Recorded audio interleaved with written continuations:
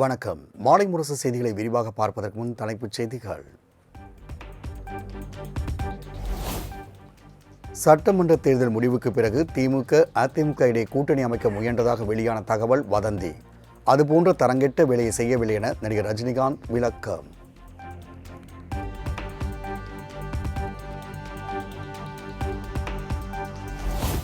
நான் அரசியலில் இல்லாதபோது விஜயை பார்த்து ஏன் பொறாமைப்பட வேண்டும்? எனக்கும் விஜய்க்கும் மிகப்பெரிய தலைமுறை இடைவெளியே இருப்பதாகவும் நடிகர் ரஜினிகாந்த் பேட்டி.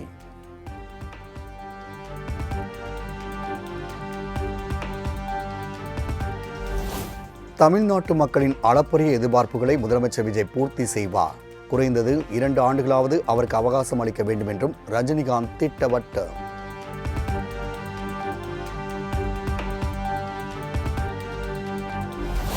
விஜய் தலைமையிலான புதிய அரசுக்கு குறைந்தது 6 மாத கால அவகாசம் வழங்க வேண்டும். தமிழ்நாட்டில் பிறந்தவர் யார் ஆட்சிக்கு வந்தாலும் அது திராவிட ஆட்சிதான் என்றும் மக்கள் நீதி மய்யம் கட்சித் தலைவர் கமல்ஹாசன் திட்டவட்டம்.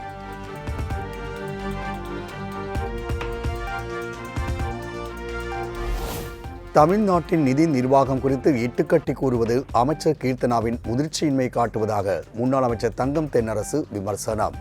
தொழில்துறை அமைச்சரின் கற்பனை குதிரைக்கு கடிவாளம் போட்டு நிறுத்த முன் வருவாரா அமைச்சர் செங்கோட்டையன் எனவும் கேள்வி.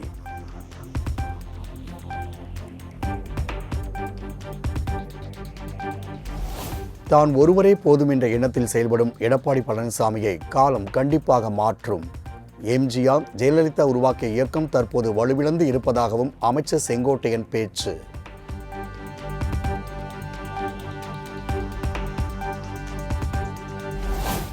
அதிமுகவை அழிக்க துணைபோகும் செங்கோட்டையனை ஜெயலலிதாவின் ஆன்மா ஒருபோதும் மன்னிக்காது. அமமுக பொதுச் செயலாளர் டிடிவி தினகரன் ஆவேசம்.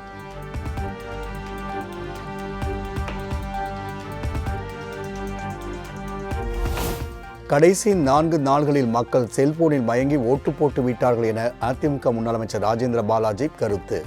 எடப்பாடி பழனிசாமியை விட்டால் அதிமுகவில் சரியான தலைமை கிடையாது எனவும் ஓப்பன் டாக்.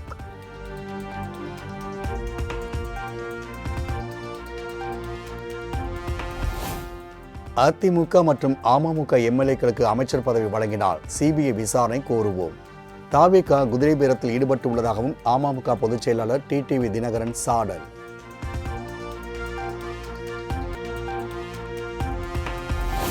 தனது 1000 விளக்கு தொகுதிக்குட்பட்ட பகுதிகளில் சபாநாயகர் ஜேசிடி பிரபாகர் ஆய்வு.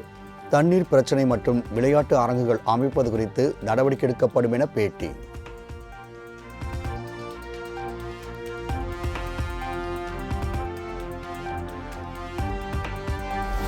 தமிழக வெற்றிக் கழகத்தில் உள்ள பெண்களை இழிவாக பேசியதாக அளிக்கப்பட்ட புகாரில் அரசியல் விமர்சகர் பொன்ராஜ் மீது வழக்கு பதிவு. தாவேகாவினர் அளித்த புகாரின் பேரில் கடலூர் புதுநகர் போலீசார் வழக்கு பதிந்து விசாரணை.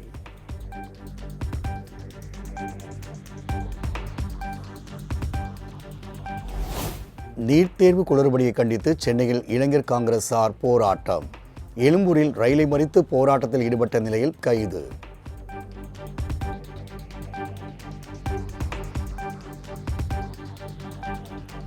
அறுபது வயதுக்கு மேற்பட்டோருக்கு இடம் இல்லை என்ற திரைப்பட காட்சியை எக்ஸ் வலைதளத்தில் பதிவிட்டுள்ள திமுக முன்னாள் எம்எல்ஏ எழிலன். திமுகவில் இளைஞர்களுக்கு முக்கியத்துவம் கொடுக்க வேண்டும் என்பதை வலியுறுத்துகிறாரா என நெட்டிசன்கள் கேள்வி.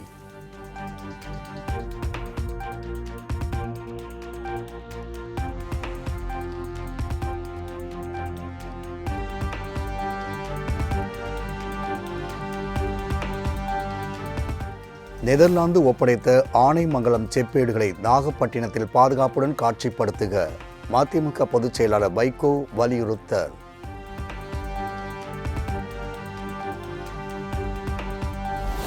அமைச்சர் ராஜ்மோகனுக்கு திரைப்படத்துறை இலாக்கா ஒதுக்கப்பட்டது வருத்தம் அளிப்பதாக நடிகர் விஷால் எக்ஸ் தளத்தில் பதிவு.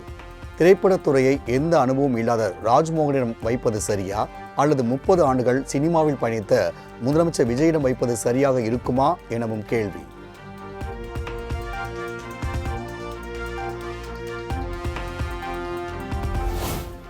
மதுரை மாநகர் பகுதியில் சாலை நடந்து சென்ற பெண்மணியிடம் இருசக்கர வாகனத்தில் வந்த மர்ம நபர்கள் பணப்பையை பறிக்க முயற்சி.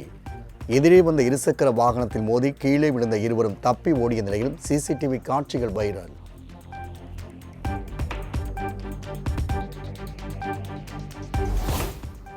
மேட்டுப்பாளையம் அருகே தாயை பிரிந்து தவித்து வந்த குட்டி யானையை வன உயிரின சிகிச்சை மையத்தில் வைத்து பராமரிக்கும் வனத்துறையினர். குட்டி யானை ஆரோக்கியத்தோடு இருப்பதாக வனத்துறையினர் தகவல்.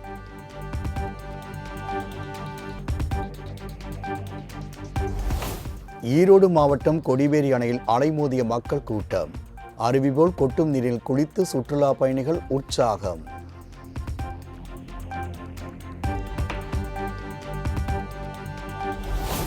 கோடை விடுமுறையை முன்னிட்டு ஏற்காட்டில் குவிந்த சுற்றுலா பயணிகள்.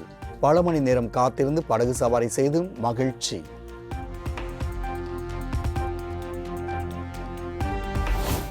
தமிழகத்தின் பல்வேறு பகுதிகளில் வெளுத்து வாங்கிய கோடை மழை. கத்தரி வெயில் கொளுத்திய நிலையில் வெப்பம் தணிந்ததால் மக்கள் மகிழ்ச்சி.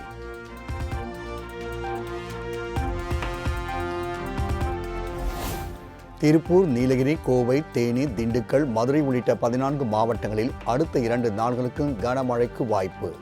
சிவகங்கை, புதுக்கோட்டை, ஈரோடு, சேலம், தர்மபுரி, கிருஷ்ணகிரியில் மழைக்கு வாய்ப்புள்ளதாகவும் கணிப்பு.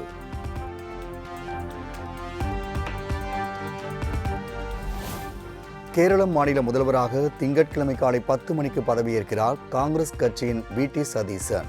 ரமேஷ் சென்னிதாலா, முரளிதரன், சன்னி ஜோசப் உட்பட 20 பேர் அமைச்சர்களாக பதவியேற்கின்றனர்.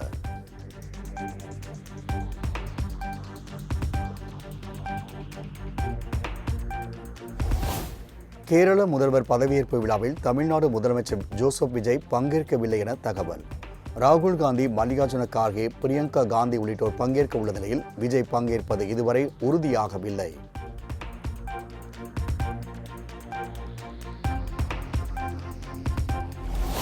நீட் வினாத்தாள் விற்பனை தொடர்பாக பேராசிரியை கைது. 14 நாட்கள் சிபிஐ காவலில் வைக்க டெல்லி ரோஸ் அவென்யூ நீதிமன்றம் உத்தரவு.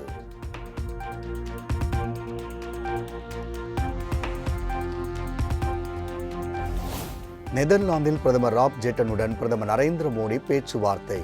செமிகண்டக்டர், பசுமை ஹைட்ரஜன் உள்ளிட்ட துறைகளில் ஒத்துழைப்பை வலுப்படுத்த இரு தலைவர்களும் ஒப்புக்கொண்டதாக வெளியுறவுத்துறை அமைச்சகம் தகவல்.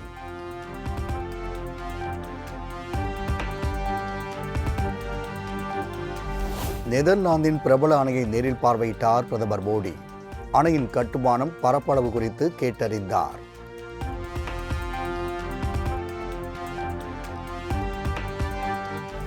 நாட்டின் தொழில் வளர்ச்சிக்கு குஜராத் பெரும் பங்கு வகிக்கிறது என மத்திய உள்துறை அமைச்சர் அமித்ஷா பேச்சு. வருங்கால பொருளாதார வளர்ச்சிக்கு செயற்கை நுண்ணறிவு பெரும் தூணாக இருக்கும் என கணிப்பு.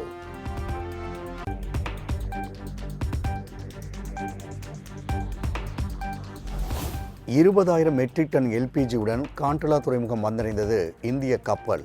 ஈரானின் ஹார்மூஸ் நீரிணை பாதுகாப்பாக கடந்து இந்தியா வந்ததாக அதிகாரிகள் தகவல்.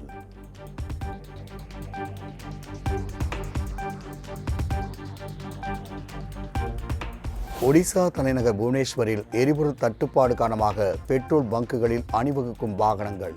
பல மணி நேரம் நீண்ட வரிசையில் காத்திருந்து பெட்ரோல், டீசல் போட்டு சென்ற மக்கள்.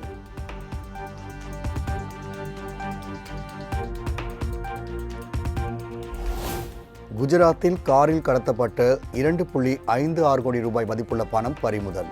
கட்டுக்கட்டாக காரில் பதுக்கிய பணம் குறித்து வருமான வரித்துறை அதிகாரிகள் விசாரணை.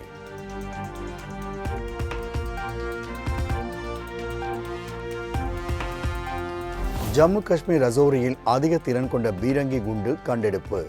வனப்பகுதியில் வெடிகுண்டை பாதுகாப்பாக செயலிழக்கச் செய்த இராணுவ வெடிகுண்டு நிபுணர்கள்.